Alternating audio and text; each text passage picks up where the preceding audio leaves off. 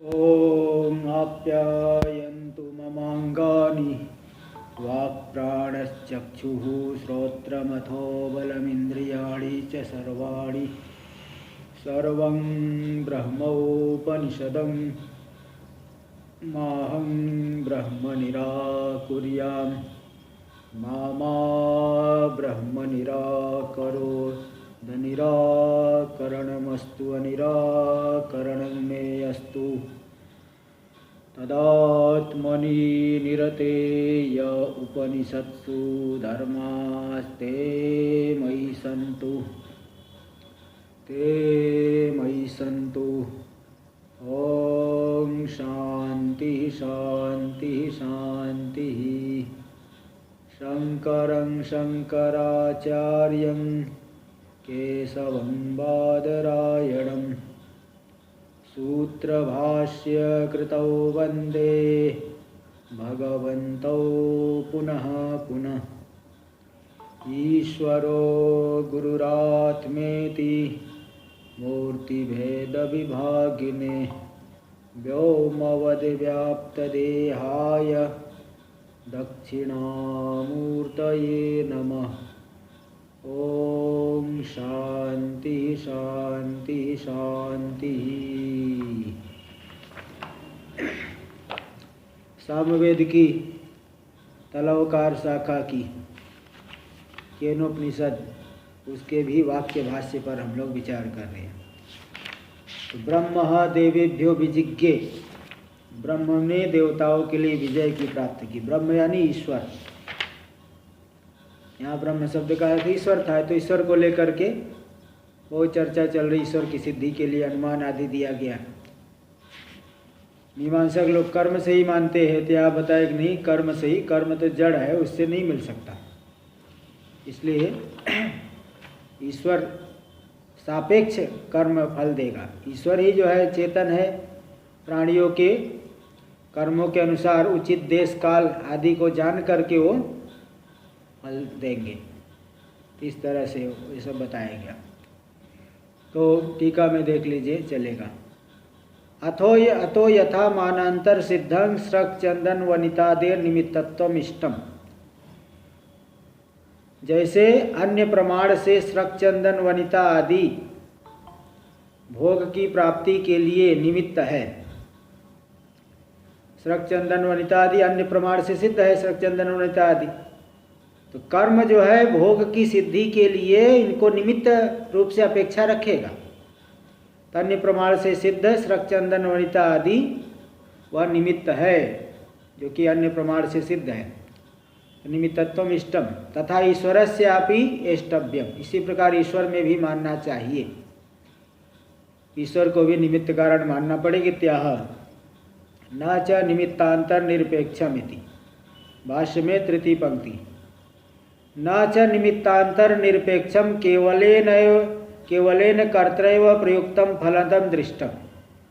अन्य निमित्त की अपेक्षा नहीं करके कर्म केवल कर्ता के द्वारा प्रेरित किया जाकर, कर्ता के द्वारा निष्पन्न होकर के, प्रेरित होकर के फलदम फल देता हुआ ऐसा नहीं दिखाई दे पड़ता। कर्म जो है कभी भी फल देगा तो अन्य निमित्तों की से निरपेक्ष होकर के नहीं, सापेक्ष होकर के। जैसे स्वर्ग आदि है, स्वर्ग का सुख मिलना है तो वहाँ स्वर्ग जाना पड़ेगा। स्वर्ग में जो वहाँ की जो परिस्थिति है, वहाँ का जो विषय है, उन विषयों को लेकर के सुख मिलेगा।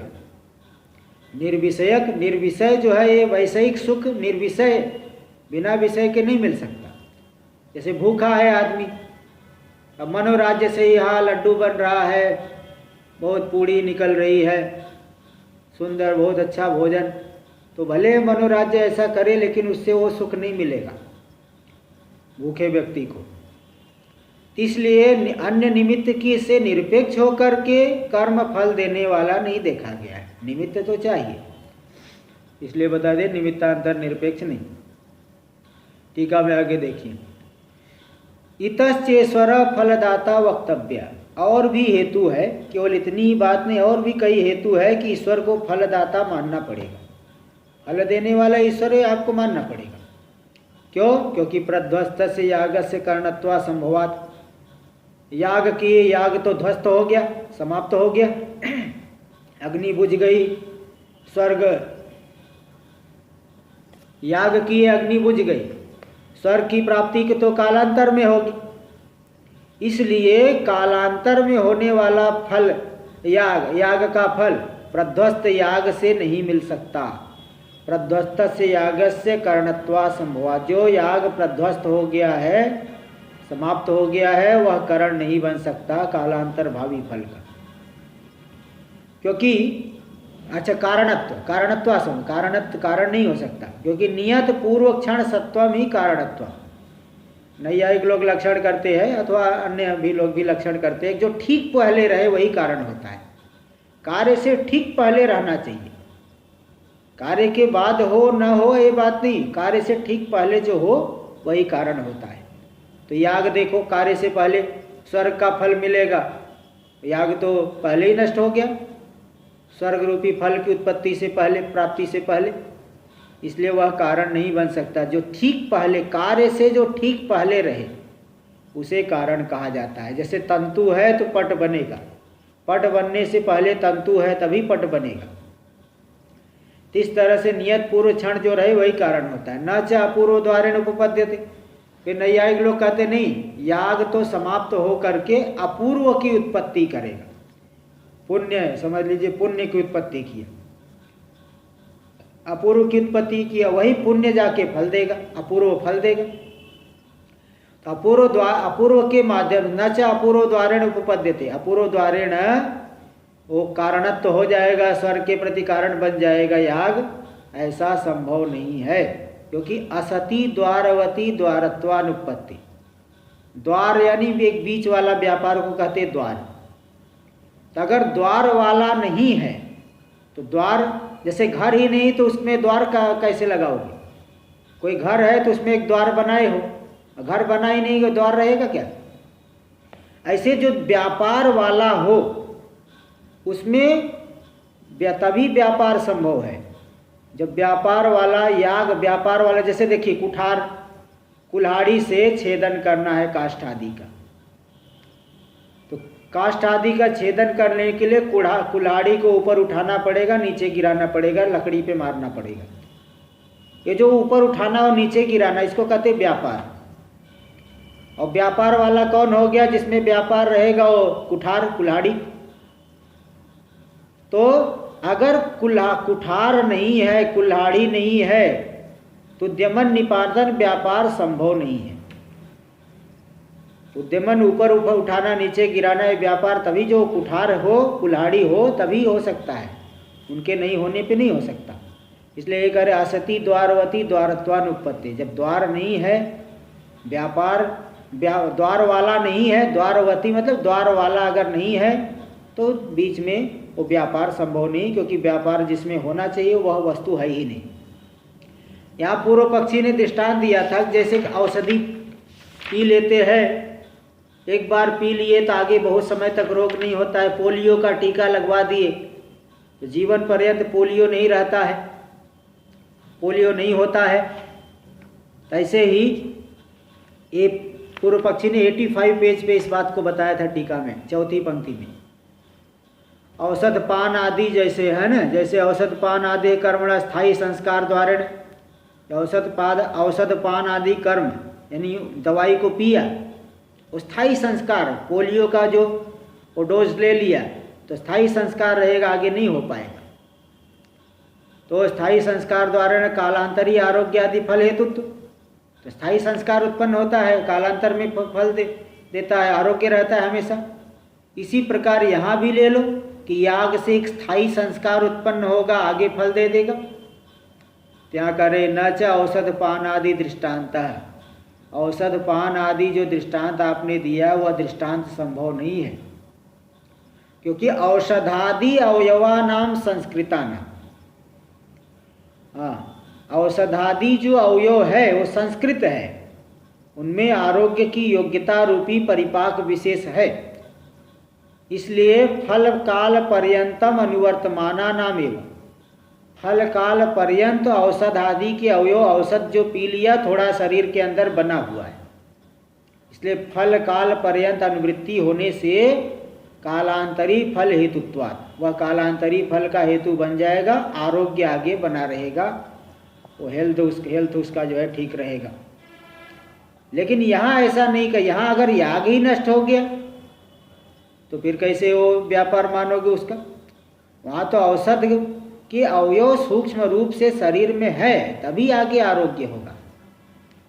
इसी अभिप्राय से देखिए सिद्धांतिकरण न च विनष्टोपि यागवः कालांतरे फलदो भवति। जो याग विनष्ट हो गया है कालांतर में फल देने वाला कैसे होगा? नहीं हो सकता है। विनष्ट याग कालांतर में फल देने वाला नहीं हो सकता।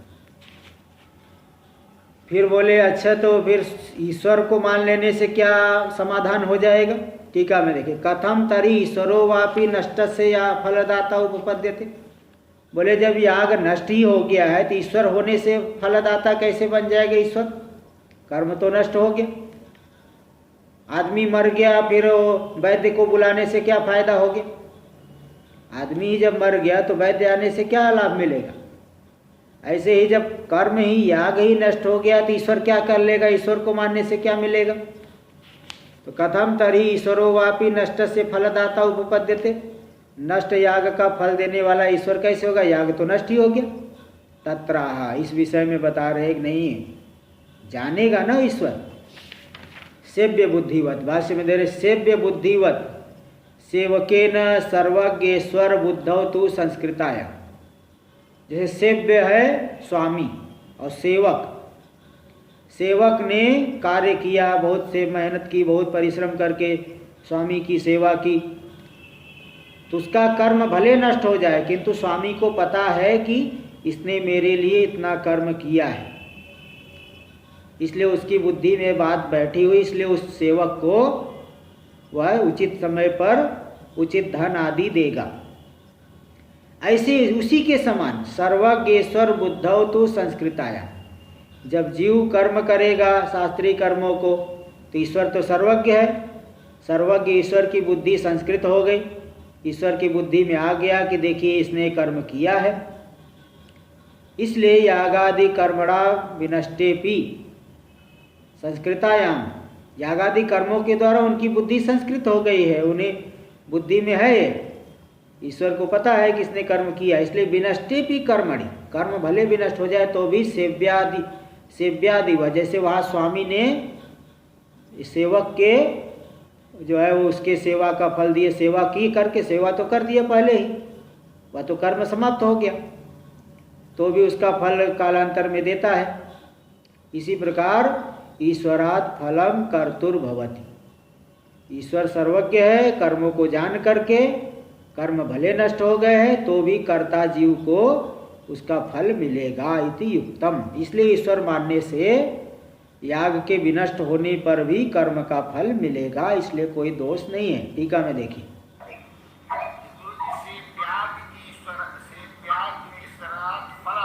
हाँ नहीं सेव्याद इव ईश्वर, सेव्याद पंचमी है, इव आगे इव ये दृष्टांत दे रहे हैं ना, जैसे सेव्य, जैसे सेव्य से सेवक को फल मिल, हाँ पंचमी है यू शब्द है, ये दृष्टांत अर्थ में यू शब्द है। टीका में देखिए एतत् कर्म अनेन अनुष्ठितम। देखो ईश्वर की बुद्धि में क्या आएगा? एतत् कर्म अनेन अनुष्ठितम इति, इस कर्म का इसके द्वारा अनुष्ठान हुआ है। इति कर्मणा ईश्वरस्य बुद्धौ आरोह, कर्मों के द्वारा ईश्वर की बुद्धि में आरोह हो गया, यानी ईश्वर की बुद्धि में विषय बन गया कि ईश्वर को मालूम पड़ गया कि इसने इतना कर्म किया है। ईश्वर की बुद्धि मतलब माया में वृत्ति बनने, माया की वृत्ति से संसार चलाते हैं ना। माया की वृत्ति हुई, उसका प्रकाशन करके सृष्टि हुई, माया की वृत्ति के द्वारा पालन हो रहा है, माया में वृत्ति बनती है, ईश्वर तो प्रकाशन कर देते हैं। तो ये जो ईश्वर की बुद्धि में ये जो आरूढ़ हो गया, ये विषय बन गया कि इसने इतने कर्म को किया है, यही है कर्मों का संस्कार। ईश्वर की बुद्धि में आरूढ़ हो गया, विषय बन गया मालूम पड़ गया, सर्वज्ञ है वो। इसलिए ईश्वर से बुद्धो आरोह एवं कर्मणाम संस्कार, कर्मों का संस्कार यही है।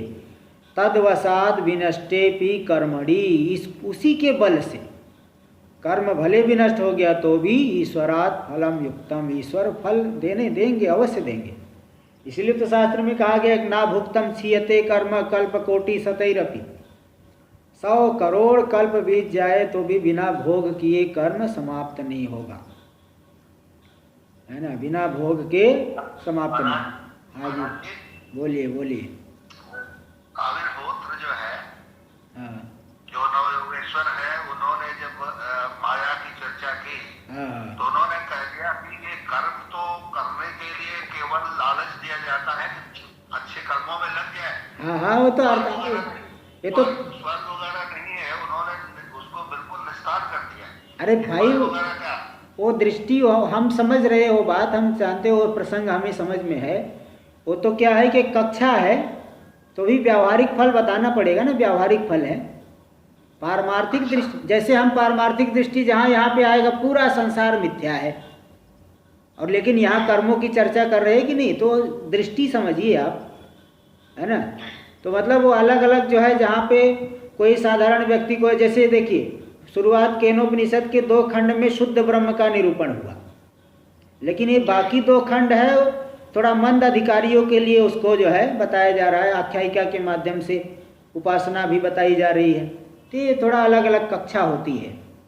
उन्होंने ये कहा कि अज्ञानियों के लिए कर्म, बिल्कुल, ये तो यहाँ पे भी बताया जाता है कि कर्म किसके लिए, अविरक्त, जिसके अंदर वैराग्य नहीं उन्हीं के लिए कर्म है, जिसके अंदर वैराग्य उसके लिए कोई कर्म नहीं है। चलिए देखिए, यथा अनेन अहम सेविता, जैसे देखिए नौकर ने बहुत सेवा किया, स्वामी को क्या बुद्धि होगी, इसके द्वारा मैं सेवित हो गया हूँ। इति सेव्य बुद्ध, सेव्य यानी स्वामी, सेवक सेव्य, सेव्य मतलब स्वामी होता है। तो स्वामी की बुद्धि में, बुद्धि इस प्रकार से संस्कृत हो गई, किसके द्वारा मैं सेवित हुआ हूँ। इति सेव्य बुद्ध संस्कृतायाम, सेव्य की बुद्धि संस्कृत होने हो गई तो कालांतरे विनष्टायाम अपि सेवायाम, सेवा तो विनष्ट हो जाएगा। आज पैर दबाया है तो कल नहीं दबाएगा क्या, कल भी दबाना पड़ेगा। एक दिन पैर दबा दिया तो ये नहीं थोड़ी कि हमेशा वो बना रहेगा, दूसरे दिन भी पैर दबाता है। तो कालांतरे विनष्टायाम अपि सेवायाम, कालांतर में सेवा तो विनष्ट हो गई, आज किया समाप्त हो गई।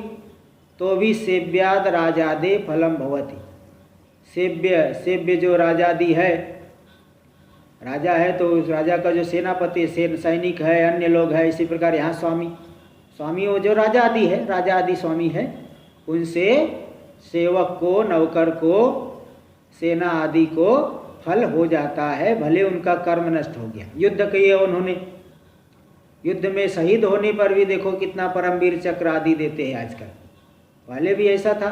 तो इस तरह से देखो, सेव्य सेवा नष्ट हो गई, युद्ध समाप्त हो गया तो भी देखो फल देते हैं, फल तो घायल हुआ था उसको फल देते हैं, इस तरह से वो मिलता है, फलम भवति तद्वत्। इसी प्रकार अब कोई कहेगा मर गया उसे क्या फल मिला, भाई जो मर गया उसे तो सीधा साक्षात स्वर्ग कहा गया, गीता में भी आया प्रथम अध्याय में। क्षत्रिय युद्ध किया है तो सीधे वो मरने पर तो सीधे स्वर्ग है, और जीवित है तो लौकिक फल तो मिल ही रहा है, जितना प्रारब्ध अनुसार उतना ही जीवन रहता है। यद्यपि लौकिका नाम कर्मणाम फल साधनत्वम चेतनाधीनम दृष्टम, यद्यपि जितने भी लौकिक कर्म हैं उन लौकिक कर्मों में की फल साधनता चेतन के अधीन देखी गई। कोई न कोई चेतन ही फल देता है लौकिक कर्मों का, फल साधन तभी बनेंगे कोई जब कोई चेतन हो, चेतन के अधीन फल मिलता है लौकिक कर्मों का। तथापि वैदिक से याग आदि, इसी फिर भी वैदिक जो याग आदि है वो फलम दातारम बिना भी वाक्य प्रामाण्यत भविष्यति, उसका फल तो देने वाले के बिना हो जाएगा, क्योंकि शास्त्र कह रहा है स्वर्ग कामो यजेत इति, ऐसा पूर्व पक्षी कहेगा, का मीमांसक कहेगा। आदि से होम, दान, गंगा स्नान सब ले लीजिए। हाँ, तो वैदिक जो याग आदि है, याग, होम, दान, गंगा स्नान, जाप सब है ना कर्म, नाना प्रकार के कर्म है। तथापि वैदिकस्य यागादे फलम, ये मीमांसक का रहा है, ये पंक्ति मीमांसक की है। मीमांसक कह कि देखो भाई लौकिक कर्म तो ठीक है, वहाँ कोई न कोई चेतन ही फल देगा, लेकिन जो वैदिक कर्म है वो शास्त्र कह रहा है तो दाता को क्यों मानते? फलदाता मानने की आवश्यकता नहीं, वाक्य है, ईश्वर रचित वाक्य है। आप लोग कहते हो, हम भले ईश्वर नहीं मानते, लेकिन वो वाक्य प्रामाणिक वाक्य है, इसलिए बिना फलदाता के ही फल मिल जाएगा। इति सिद्धांत करा इति ना शंकनीय, बोले ऐसी शंका भी मत करो कि बिना फलदाता के वैदिक कर्म का फल मिल जाएगा। इतिहाह तु न तो पुनः, बोले देखो न तो पुनः पदार्था वाक्य सते नापि देशांतरे कालांतरे वा स्वम स्वम स्वभावम जहति। बोले कोई भी पदार्थ सैकड़ों वाक्यों के द्वारा भी देशांतर और कालांतर में अपने अपने स्वभाव को नहीं छोड़ देता। कितना भी बड़ा आदमी बोले कि अग्नि ठंडी है हिमालय की, कितना भी सत्य बोलने वाला हो, बोले अग्नि ठंडी है, वो अग्नि ठंडी नहीं होगी, अग्नि तो कहीं भी उष्ण नहीं रहेगी। तो कोई भी पदार्थ सैकड़ों वाक्यों के द्वारा भी देशांतर अथवा कालांतर में अपने अपने स्वभाव को नहीं छोड़ता। देखो वही उदाहरण है, नहीं देश कालांतरेषु चाग्निरनुष्णो भवति। 100 साल पहले अग्नि ठंडी होती थी, अभी अग्नि गर्म होने लगी। उत्तर देश में अग्नि गर्म है, दक्षिण देश में अग्नि ठंडी है, ऐसा नहीं होता है। जिसका जो स्वभाव है हर जगह वही स्वभाव रहता है। इसलिए पदार्थों का, कर्मों का यही स्वभाव है कि वो चेतन के अधीन फल होता है, इसलिए चेतन हर जगह मानना पड़ेगा, बिना चेतन के फल नहीं हो सकता। बीज अच्छा एवं कर्मणोपि कालांतरे फलम द्विप्रकारम एव उपलभ्यते। देखो कर्म का जो कालांतर में फल है वो 2 प्रकार का फल होता है, 2 प्रकार से फल मिलेगा। कैसा क्या क्या फल है? बीज क्षेत्र संस्कार परिरक्षा विज्ञानवत कर्तृपेक्षम फलम कृष्यादि विज्ञानवत सेव्य बुद्धि संस्कारापेक्ष फलम च सेवादि। देखिए किसी किसी का फल क्या, किसी किसी का तो सेव्य स्वामी फल देगा, और किसी किसी का फल क्या है, जो करने वाला के अंदर अगर विशेष ज्ञान है तो उसे फल मिलेगा। जैसे देखिए जो किसान है, कृषक है, किसान, उसको मालूम है कि किस काल में किस बीज को डालना है, और क्षेत्र का संस्कार, खेत की जुताई करना रहता है, घास निकालना रहता है। ऐसे डाल दिए तो कुछ नहीं होता है। नहीं जानने वाला वो नहीं पैदा कर पाएगा, इसलिए जो जानने वाले हैं वो लोग बहुत पैदा कर देते हैं। अभी यहाँ पे लॉकडाउन में हमारे आश्रम के एक वृद्ध महात्मा है 70-75 साल से ज़्यादा है, लेकिन उनको खेती का बहुत ज्ञान है। उन्होंने इतनी सब्जी उगाई यहाँ पे कि वो लॉकडाउन में बाहर से लाने की ज़रूरत ही नहीं पड़ी, जबकि उम्र उनकी 70 साल 75 साल से ज़्यादा। और हम लोगों को पता ही नहीं कैसे करते हैं खेती, कैसे करते हैं क्या हम लोगों को नहीं पता है। तो बीज क्षेत्र संस्कार परिरक्षा विज्ञानवत कर्तृपेक्षा फलम कृष्यादि, यानी बीज का ज्ञान होना चाहिए, क्षेत्र का संस्कार, कृषि भूमि का कैसे जुताई करना है, घास कैसे निकालना है, किस तरह से पानी उसमें डालना है, और परिरक्षा की कैसे रक्षा करनी है, कहाँ कीड़े लग गए मालूम होना चाहिए। तो बीज क्षेत्र संस्कार परिरक्षा विज्ञानवत, ऐसे विज्ञान वाला जो करता है किसान है, वह किसान अधिक फसल की उत्पत्ति करेगा। तो ऐसे विज्ञानवत कर्तृपेक्षम फलम कृष्यादि, इस विज्ञान वाले कर्ता की अपेक्षा करेगा कृषि आदि फल देने में। यानी इस प्रकार के विज्ञान वाला कर्ता है, किसान है, तब कृषि में फल ज़्यादा मिलेगा। तो इसका देखिए वहाँ करने वाले के अंदर अधिक विज्ञान होना चाहिए। और दूसरा क्या, दूसरे प्रकार का फल क्या है? विज्ञानवत सेव्य बुद्धि संस्कारापेक्ष फलम च सेवादि। और जो सेव्य है, स्वामी है, उसको मालूम पड़ना चाहिए इसने कितनी सेवा की है। तो विज्ञानवत सेव्य, विज्ञान वाला जो सेव्य है, स्वामी है, उसी मतलब उसको मालूम होना चाहिए कि कितना इसने सेवा किया है। तो सेव्य की बुद्धि की संस्कार, उसको मालूम होना है कि इसने इतना कर्म किया, यही है बुद्धि का संस्कार। उसकी अपेक्षा संस्कारापेक्ष फलम च सेवादि, सेवादि उस संस्कार की अपेक्षा से फल की प्राप्ति करते, उन्हें उनमें फल होता है। यानी स्वामी को मालूम पड़ा है कि इसने इतना कर्म किया है, उस तत्सापेक्ष फल सेवादि में होगा, तभी से सेवा का फल मिलेगा। और कृषि आदि में तो करने वाले के अंदर विज्ञान होना चाहिए, कैसे कृषि करनी है, किस तरह से रक्षा करनी है। तो देखो चेतन की जगह जरूरत दोनों जगह पड़ी। कालांतर में जो फल मिल रहा है कर्म का, दो प्रकार से मिल रहा है, लेकिन दोनों जगह चेतन की आवश्यकता है। इसलिए चेतन के बिना कर्म का फल हो जाए ऐसा कह नहीं सकते, ऐसा कहना ठीक नहीं, ये जो है बिल्कुल गलत बात है। यागादे कर्मणस तथा विज्ञानवत कर्तृपेक्ष फलत्वानुपत्त, इसी प्रकार यागादि कर्म है, उस कर्म का फल अविज्ञानवत कर्तृ, जीव तो क्या, जीव को तो पता ही नहीं कि कहाँ किस तरह का वहाँ फल मिलता है, तो अविज्ञान वाले कर्ता की अपेक्षा से यागादि का फल नहीं हो सकता। तो कर्मणस तथा अविज्ञानवत कर्तृपेक्ष फलत्वानुपत्तौ, उस कर्म का अविज्ञान वाले कर्ता की अपेक्षा से फलत्व, अविज्ञान वाले कर्ता की अपेक्षा से फल उसमें संभव नहीं होने से, नहीं अनुपत्तौ, कालांतर तो अनुपत्ति होने से यानी संभव नहीं है, इसलिए कालांतर फलत्वात् कर्म देश काल निमित्त विपाक विभागज्ञ बुद्धि संस्कारापेक्षं फलम भवितुम अर्हति, क्योंकि वो कालांतर फलक है यागादि कर्म, बाद में फल मिलेगा, दीर्घ काल के बाद फल मिलता है, इसलिए कोई न कोई जानने वाला ही फल देगा। कर्म देश, कर्म को जानने वाला, देश को जानने वाला, काल को जानने वाला, निमित्त विपाक यानी कर्म फल, इसका कितना जो है फल होना चाहिए, इन सब के विभागज्ञ, इन सब के विभाग को जानने वाला, उसकी बुद्धि संस्कार की अपेक्षा से, उसकी बुद्धि में आना चाहिए इसने इतना कर्म किया यहाँ फल मिलेगा,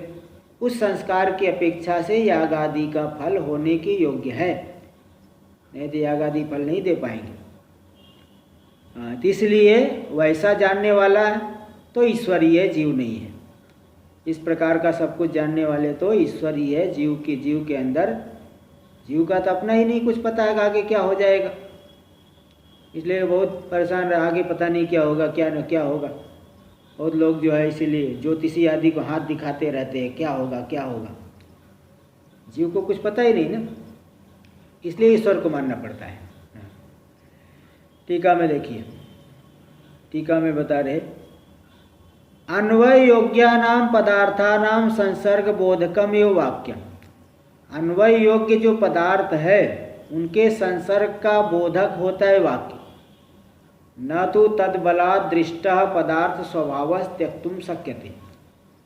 जो पूर्व पक्षी ने कहा था कि वेद वाक्य प्रमाण होने से ही कर्म से फल मिल जाएगा, ईश्वर को मानने की क्या जरूरत है, बोले नहीं, चाहे सैकड़ों वेद वाक्य हो, अग्नि को ठंडा नहीं बना सकते, क्योंकि अन्वय योग्य पदार्थों के संसर्ग का जो बोध कराए वही ऐसा वाक्य होता है। जैसे गाय को ले आओ, तो देखो आनयन क्रिया, आनय गाम आनय, गो पद का अर्थ है गाय, आनय मत लाओ, तो आनयन क्रिया में गो का अन्वय हो सकता है। आकाश को लाओ, आकाश को कहाँ से ला पाओगे, आकाश को लाया नहीं जा सकता, आकाश तो हर जगह है, इसलिए आनयन क्रिया में आकाश के साथ अन्वय नहीं होगा, गो के साथ अन्वय होगा। तो अन्वय योग्य के जो पदार्थ, अन्वय योग्य जो पदार्थ जिनका परस्पर संबंध किया जा सकता है, गाय को लाओ तो लाया जा सकता है गाय को, अन्वय योग्य पदार्थों को में संसर्ग जो बोधक है, उन पदार्थों के संसर्ग का जो बोधक, संबंध का बोधक जो वाक्य है, जो बोधक है वही वाक्य है। ऐसा नहीं कि कोई अन्वय है ही नहीं तो संसर्ग का बोध करा देगा। न तो तद्बलात् पदार्थ दृष्ट पदार्थ स्वभाव त्यक्तुम शक्यते, उस वाक्य के बल से जो देखा गया पदार्थ का स्वभाव उसको त्याग नहीं किया जा सकता। अग्नि, कोई वाक्य कह दे अग्नि ठंडी है, तो उसका जो है स्वभाव, अग्नि का स्वभाव नहीं बदलेगा, वो तो शास्त्र वाक्य भी, इसलिए कुमारिल भट्ट ने तो एक जगह लिखा है, लोकावगत सामर्थ्या शब्दा वेदेपि बोधका। लोक में जिसका जिस अर्थ में सामर्थ्य है, प्रसिद्ध है, जो शब्द जिस अर्थ का कथन कर रहा है, वेद में भी वही शब्द उसी अर्थ का प्रकाशन करेगा। इसीलिए नहीं तो तभी बोध हो पाएगा, नहीं तो नहीं हो सकता। इसलिए पदार्थ के स्वभाव को नहीं छोड़ा जा सकता है। इसलिए जो बात देखी गई कि चेतन के बिना कर्म का फल नहीं है, तो ईश्वर को इसीलिए मानना पड़ेगा। केवल वाक्य से जो है आप ये नहीं सिद्ध कर सकते कि ईश्वर के बिना ही हो जाएगा। बीज और फिर देखा है कि जो कालांतर फलक कर्म है, दो प्रकार का उनका फल होता है। एक में तो जो करने वाला वो जानने वाला होना चाहिए, और दूसरे में जो है बता दिए को जानने वाला, फल देने वाला, जानने वाला होना चाहिए। इसी को दिखा रहे। बीज क्षेत्रयो संस्कार, बीज का और क्षेत्र का जो संस्कार, बीज को जो है साफ रखना है, किस प्रकार से डालना है पानी। कोई बीज डालते समय 24 घंटे पहले पानी में डाल देते हैं। और क्षेत्र का संस्कार मतलब जुताई करना, उसमें फिर घास आदि निकालना, और तत्परिरक्षा, उसकी रक्षण भी करना रहता है। फसल डाल करके घोड़े बेच के सो गए तो फिर नहीं होने वाले, इसलिए उसकी रक्षा भी करनी पड़ती है। तद विज्ञानवान यह करता, उसको जानने वाला जो करता है, ऐसा किसान, तद अपेक्ष फलम कृष्यादि दृष्टम, उसकी उस तत्सापेक्ष फल कृषि आदि देखे गए। उस प्रकार के जो है किसान की अपेक्षा से वो किसान अधिक कृषि करके अधिक फसल उत्पादन करेगा। और सेवाधिकम च विज्ञानवान या सेवाधिक है तो उसको जानने वाला जो सेव्य है, स्वामी है, उस स्वामी की बुद्धि के अनुसार उसको फल मिलेगा। तद बुद्धि संस्कारापेक्ष फलम दृष्टम, उस स्वामी की बुद्धि के संस्कार की अपेक्षा से फल वाले सेवादी देखे गए हैं। स्वामी जान करके कितनी सेवा किया है तो उसका फल देगा। तथा यागादे कर्मण, ठीक जैसे ये दोनों उदाहरण दिए, कृषि और या सेवा आदि, कालांतर फलक है, कालांतर में फल देते हैं, चेतन से फल मिलता है। ऐसे यागादि भी कर्म कालांतर फल वाले हैं। तथा यागादे कर्मणः कालांतर फलत्वात्, यागादि कर्म भी कालांतर फल वाले होने से अविज्ञानवत कर्त्रापेक्ष फलत्वानुपत्तौ, जो नहीं जानने वाले हैं, अज्ञानी कर्ता से फल की अपेक्षा नहीं हो पाएगी। यहाँ पे नहीं जानने वाला कैसे याग का फल दे देगा। इसलिए कर्मादि विभागज्ञ कर्त्रापेक्ष फलत्वम भवितुम अर्हति, कर्मादि विभाग को जानने वाले जो ईश्वर है, तत्सापेक्ष यागादि का फल होने के योग्य है, बिना ईश्वर के नहीं हो पाएगा। लौकिक कर्मसु अनेक विधेष्वपि मध्ये सेवा यागादेर अनुरूपो दृष्टांत। लौकिक कर्म तो बहुत, आहार विहार ये सब भी तो लौकिक कर्म है, किंतु इन लौकिक कर्मों के बीच में जो सेवा कर्म है, स्वामी की जो सेवा करेंगे, वही यागादि के लिए अनुरूप दृष्टांत है। इत्यव्यत्य पुनराह, इसी अभिप्राय से पुनः आगे बता रहे, तो जो सेवा है वही यागादि के लिए दृष्टांत बन गया। इसी बात को पुनः दिखा रहे सेवादि, भाष्य में अंतिम पंक्ति, सेवादि कर्मानुरूप फलज्ञ सेव्य बुद्धि संस्कारापेक्ष फलस्यैव। सेवादि जो कर्म है, सेवा किया किसी ने, नौकर ने, उस कर्म के अनुरूप जो फल को जानने वाला सेव्य स्वामी है, उस स्वामी की बुद्धि की संस्कार की अपेक्षा से स्वामी को मालूम पड़ना चाहिए इसने इतना कर्म किया है, उसकी अपेक्षा से उस सेवा का फल मिलेगा। ठीक इसी प्रकार यागादि फल के जो देश काल आदि विभाग को जानने वाला है, ऐसे ईश्वर से ही यागादि का फल होने के योग्य है। टीका में देख लीजिए, सेवादि कर्मानुरूपम फलम जानाति यह सेव्य। जितनी सेवा किया है उस कर्म के अनुरूप फल को जो जानने वाला सेव्य यानी स्वामी है, राजा आदि। तो तद बुद्धौ यह संस्कार, उनकी बुद्धि में संस्कार हो गया कि इन्होंने इसने इतना कर्म किया है, तदपेक्ष फल से सेवादेर यथा न स्वातंत्र, उसकी अपेक्षा से जो फल हो रहा है, उस जिस स्वामी की बुद्धि में संस्कार, उसकी अपेक्षा से फल वाले सेवादी जैसे स्वतंत्र रही है, स्वतंत्र फल देने वाले नहीं हैं, तद्वद वैसे यागादि भी स्वतंत्र फल नहीं दे सकते। कोई जो सर्वज्ञ ईश्वर के माध्यम से ही फल मिलेगा। एवं तावत निरीश्वरवादिनम प्रति ईश्वरम प्रसाद्य, तो जो निरीश्वरवादी है मीमांसक, ईश्वर को नहीं मानता, बोला कि कर्म से ही फल मिल जाएगा, उसके प्रति ईश्वर की सिद्धि करके, अब जो ईश्वर को मानने वाले हैं उनमें भी जो है कई प्रकार के मत हैं। अब उसको जो है, अच्छा पहले दो पंक्ति भाष्य में, पहले देखिए प्रथम पंक्ति भाष्य थोड़ा रह गया। तस्मात् सिद्ध सर्वज्ञ ईश्वर, इसलिए सिद्ध हो गया कि ईश्वर सर्वज्ञ है, वह सब कुछ कर्मादि के विभाग को जानने वाला है, और सर्व जंतु बुद्धि कर्म फल विभाग साक्षी, सभी प्राणियों की बुद्धि को जानता है, सभी प्राणियों के कर्मों को जानता है, और उन कर्मों के फल के विभाग को भी वह जानता है। सभी प्राणियों के बुद्धि को, कर्म और फल, इन सब के विभाग का जो साक्षी है, साक्षात जानने वाला, सर्वभूतांतरात्मा, सर्वभूतांतरात्मा है, सभी से अभिन्न है, वह कोई उससे भिन्न नहीं है। इस तरह से सिद्ध हो गया वह ऐसा ईश्वर है। इसमें श्रुति प्रमाण क्या है? यह साक्षात अपरोक्षाद ब्रह्म, यह आत्मा सर्वांतर, जो साक्षात अपरोक्ष है, उसको जानने के लिए किसी बुद्धि आदि की आवश्यकता नहीं, किसी अन्य इंद्रियों की अपेक्षा नहीं। मैं हूँ ऐसा जानने के लिए कोई इंद्रिय की अपेक्षा नहीं। तो यह आत्मा सर्वांतर, जो आत्मा सर्वांतर है, सभी के भीतर है, सबका प्रत्यक है, इति श्रुते है। ऐसी श्रुति होने से ईश्वर सिद्ध हो गया। अब नैयायिक मत आएगा, टीका में देखिए। एवं तावत निरीश्वरवादिनम प्रति ईश्वरम प्रसाद्य, इस तरह से जो निरीश्वरवादी है मीमांसक, ईश्वर को नहीं मानता है, उसके प्रति ईश्वर की सिद्धि कर दी गई। ईश्वर की सिद्धि करके शेषवादिनाम अभिमत वास्तव भेद निराशाय प्रक्रमते, जो शेषवादी है, नैयायिक वैशेषिक लोग, ये लोग ईश्वर तो मानते हैं, किंतु ईश्वर का, जीव और ईश्वर में पारमार्थिक भेद मानते हैं। जीव भी सत्य है, ईश्वर भी सत्य है, संसार भी सत्य है। देखो कितनी, जीव भी सत्य, ईश्वर भी सत्य, संसार भी सत्य। तो जीव का ईश्वर से, ईश्वर एक ही है, जीव अनंत है, और जीव में, वो जीव में भी गुण मानता है, ईश्वर में भी गुण। जीव में तो 14 गुण है, ईश्वर में 8 गुण है, ऐसा मानते हैं।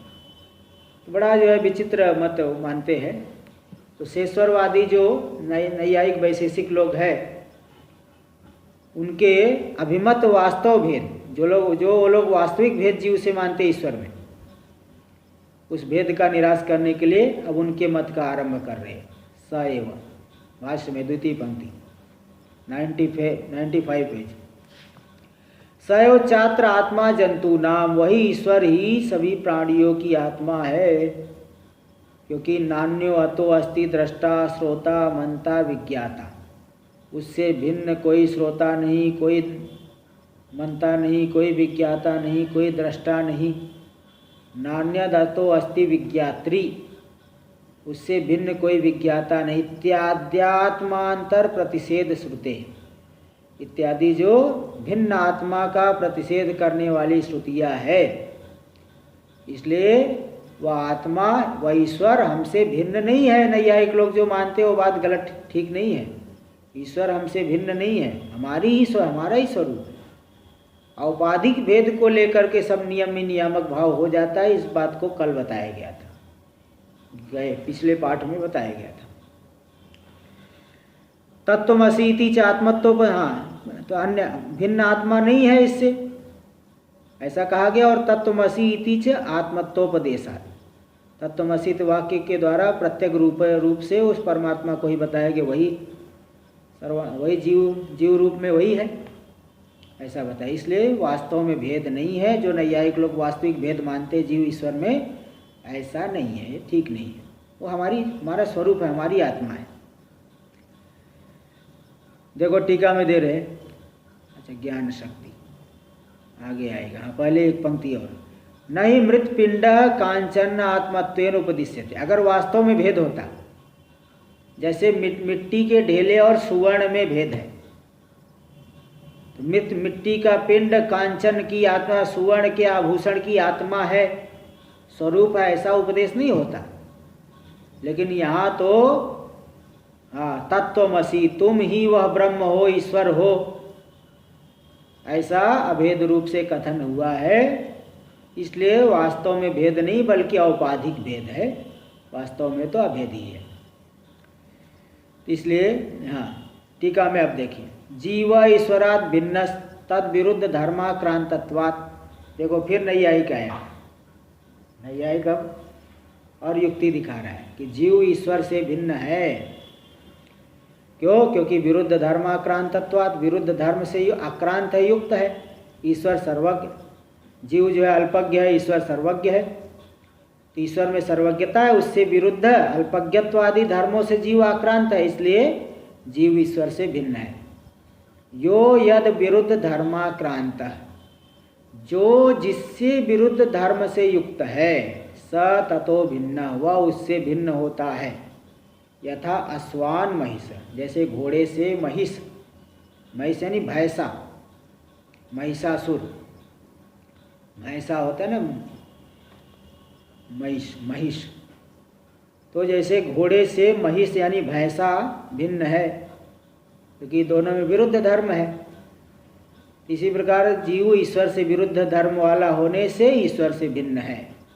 इति अनुमानम उद्भाव्य, इस प्रकार से अनुमान का आरंभ करके, प्रकट करके, उद्भावन करके, तस्य भेद निंदानुपपत्ति अनुगृहीता भेद श्रुति विरोधात् कालात्ययापदिष्टत्वम्।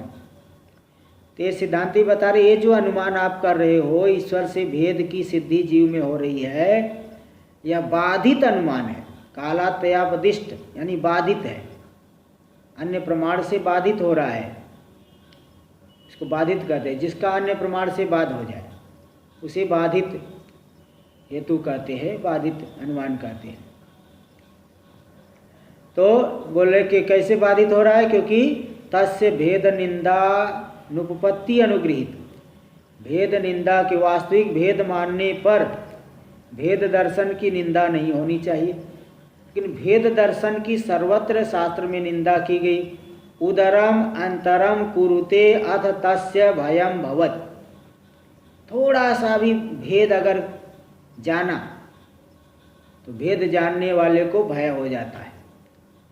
और उपनिषद में तो और द्वितीयाद वै भयम भवत, भय किससे होता है? अपने से भिन्न से होता है, अपने से ही भय नहीं होता है। तो भेद निंदा की अनुपत्ति से, क्योंकि अगर भेद वास्तव होता तो भेद की निंदा नहीं होनी चाहिए। भेद की निंदा के असंभव से अनुगृहित जो भेद श्रुति, अभेद श्रुति, भेद की निंदा करके अभेद की सिद्धि की गई, इन अभेद श्रुतियों के साथ विरोध होने से जो भेद की सिद्धि करने वाला अनुमान है वह कालात्ययापदिष्ट यानी बाधित है। कालात्ययापदिष्ट का अर्थ होता है बाधित। काल सत्यन युक्त अपदिष्ट, अपदिष्ट युक्त यानी काल के, साध्य काल के अभाव से युक्त है, साध्य नहीं यहाँ पे। तो भेद अभेद श्रुति के साथ विरोध होने से ईश्वर का भेद जीव में है, यह बाधित हो गया अनुमान। ऐसा जो अनुमान के द्वारा सिद्ध कर, अत्ययनी अभाव, अत्ययनी अभाव। कालात्ययापदिष्ट एक पारिभाषिक शब्द है, न्याय का है। तो बाधित हेतु के लिए कालात्ययापदिष्ट शब्द का प्रयोग किया जाता है। तो इस अपदिष्ट, इसका केवल अर्थ जान लीजिए, क्योंकि अब इसको विग्रह जानने की कोशिश करोगे तो फिर इसके लिए तो न्याय सिद्धांत मुक्तावली ही आपको पढ़ना पड़ेगा। तो इसलिए इसका तो सीधे सीधे अर्थ देखिए, 2 नंबर टिप्पणी में लिख ही दिए हैं। कालात्ययापदिष्टत्व मतलब बाधितत्व, और जो अर्थ होता है मैंने बता भी दिया। काल से अत्ययन अपदिष्टा युक्त, काल के अभाव से युक्त, मतलब साध्य काल के अभाव से युक्त। हेतु है, साध्य नहीं है, इसलिए बाधित हो गया है हेतु।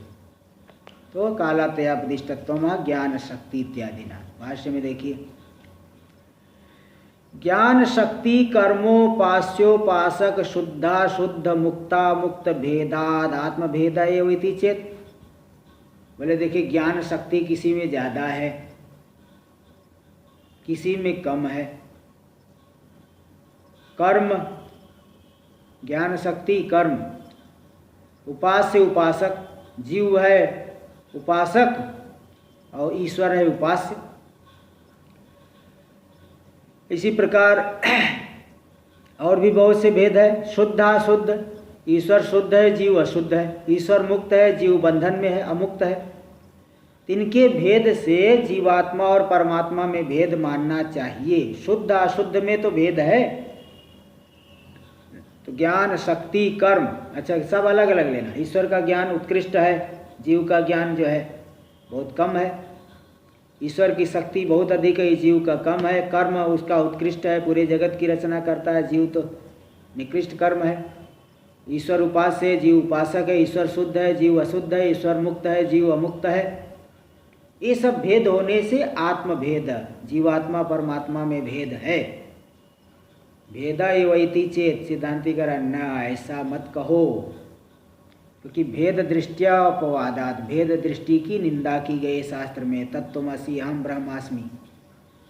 हाँ, तो इस तरह से भेद दृष्टि का निंदा की गई, हर जगह निषेध की गई। आस्थूलम अणु ह्रस्वम अदीर्घम, सब जो है सभी सांसारिक धर्मों का निराश करके अद्वितीय तत्व की सिद्धि की गई। इसलिए यदुक्तम इस संसारिण ईश्वराद अनन्या इति भेद दृष्टि अपवादत। अच्छा, इति चेतना भेद दृष्टि अपवादत। देखो इसका बता रहे, यदुक्तम संसारिण ईश्वराद अनन्या, जो यह कहा गया। अच्छा टीका देखिए, पहले टीका एक पंक्ति रहेंगे। संग्रह वाक्यम विवरण होती, देखो इतना संग्रह वाक्य है।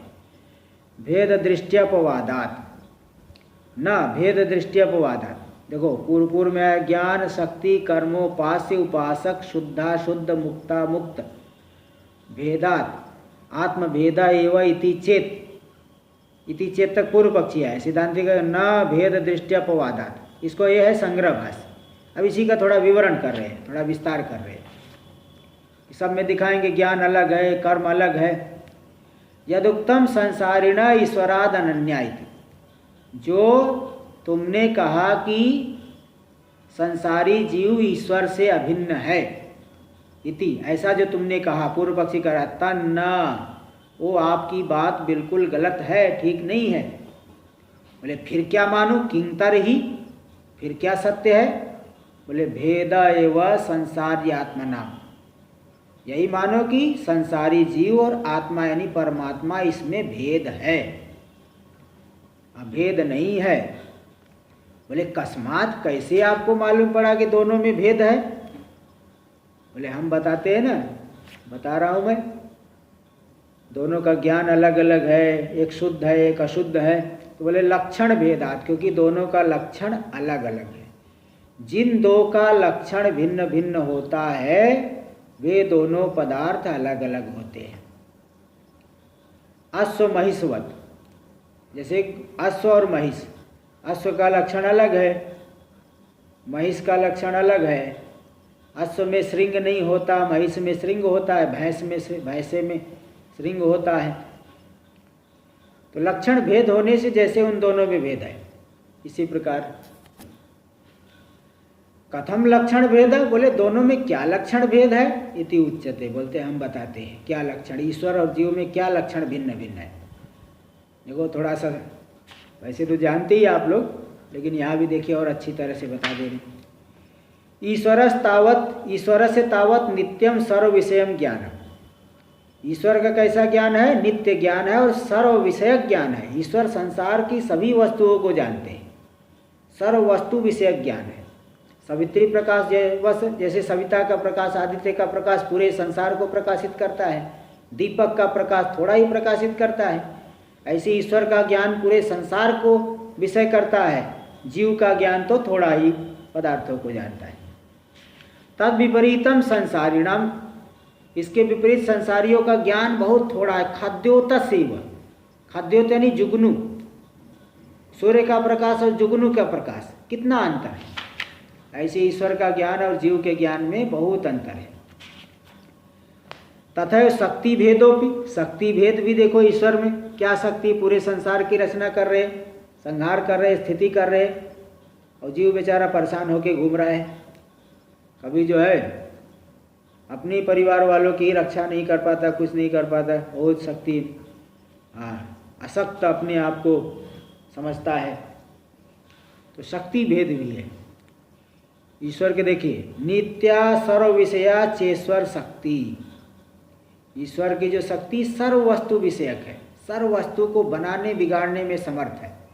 और विपरीता ईश्वर इतरस, इतर जीव की शक्ति विपरीत है, बहुत अल्प वस्तु को विषय करती है। और कर्म च चित स्वरूप आत्मसत्ता मात्र निमित्तम ईश्वरस्य, ईश्वर का जो कर्म है, चित स्वरूप जो आत्मा है, उसकी सत्ता मात्र को लेकर के ही वो सब पूरा कर्म हो जाता है।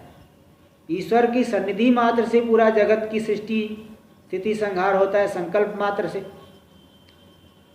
और आयष्ण स्वरूप द्रव्य सत्ता मात्र निमित्त दहन कर्म, जैसे और अग्नि को ला दिए तो अपने आप उसकी रहने मात्र से ही दहन होने लगेगा।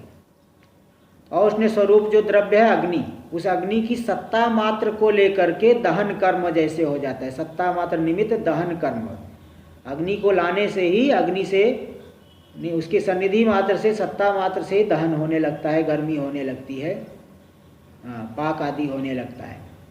ऐसे चैतन्य की सत्ता मात्र को लेकर के कर्म हो जाता है, यही ईश्वर का कर्म। अलग से ईश्वर को कोई हम लोगों की तरह नहीं करना पड़ेगा। राजा यस्कांत प्रकाश कर्मवच्च स्वात्मा विक्रिया रूपम, राजा के समान, अयस्कांत मणि के समान प्रकाश कर्मवत। देखो राजा का कर्म, राजा सन्निधि मात्र से ही राजा सबको लगा दिया। अयस्कांत मणि यानी मैग्नेट, अयस्कांत, उसकी सन्निधि मात्र से लौह पिंड में हलचल मच जाएगी। और प्रकाश की सन्निधि मात्र से सभी कर्म करने लगते हैं। सूर्योदय हो गया, सब अपने अपने कर्म करने लगे। इसी प्रकार आत्मा की सन्निधि मात्र से ही स्वात्मा विक्रिया रूपम, आत्मा में अविक्रिया रूपी कर्म, सन्निधि मात्र से ही सभी पदार्थों, शरीर इंद्रिय आदि सब में कर्म होने लगता है। स्वरूप में कोई विकार नहीं होकर के ही पूरा जगत की सृष्टि आदि होती है। देखो टीका में दे दिए, स्वात्मनो अविक्रिया रूपम जगद उपादानादि लक्षणम कर्म ईश्वरस्य, स्वरूप में अविक्रिया होकर के ही, स्वात्मा में अविक्रिया रूपी जगद उपादानादि लक्षणम कर्म, जगद उपादान मतलब जगत उत्पादन आदि, टिप्पणी में दे दिए जगत उत्पादन आदि। इसलिए टिप्पणी का लिखे पाठ तो पहले लगता है वैसे ही था, विपर्यास को बाद में कालांतर में विपरीत हो गया थोड़ा। जो कालांतर में जो प्रमाद से थोड़ा प्रमाद होने से, लापरवाही थोड़ा सा करो, इधर का शब्द उधर हो गया, बस इतने से ही अर्थ का अनर्थ हो जाता है। तो जगत उत्पादन आदि जो ईश्वर का कर्म है सन्निधि मात्र से होता है, स्वरूप में विकार नहीं होकर के ही होता है। और विपरीतम ईश्वर की तरह से जीव का जो कर्म है वो तो विपरीत है। जीव तो थोड़ा सा करके ही अभिमानी हो जाता है, सामर्थ्य भी कम है। इस तरह से बहुत भेद है जीव और ईश्वर में। ज़्यादा क्या बात किया जाए, वो तो थोड़ा और भी आएगा। अभी हम लोग, कल तो महाशिवरात्रि है, कल तो हो नहीं पाएगा, और आगे 3 दिन और अनध्याय है, इसलिए सीधे 15 तारीख को ही पाठ चलेगा। 4 दिन अनध्याय है। ओम आप्यायन्तु ममांगानि वाक्प्राणश्चक्षुः श्रोत्रमथो बलमिन्द्रियाणि च सर्वाणि सर्वं ब्रह्मोपनिषदं माहं ब्रह्म निराकुर्याम् मा ब्रह्म निराकरोद निराकरणमस्तु निराकरणं मे अस्तु। तदात्मनि निरते य उपनिषत्सु धर्मास्ते मयि सन्तु ते मयि सन्तु। ॐ शान्ति शान्ति शान्तिः। शङ्करं शङ्कराचार्यं केशवं बादरायणं सूत्रभाष्यकृतौ वन्दे भगवन्तौ पुनः पुनः। ईश्वरो गुरुरात्मेति मूर्तिभेदविभागिने व्योमवद्व्याप्तदेहाय दक्षिणामूर्तये नमः। ॐ शान्ति शान्ति शान्तिः।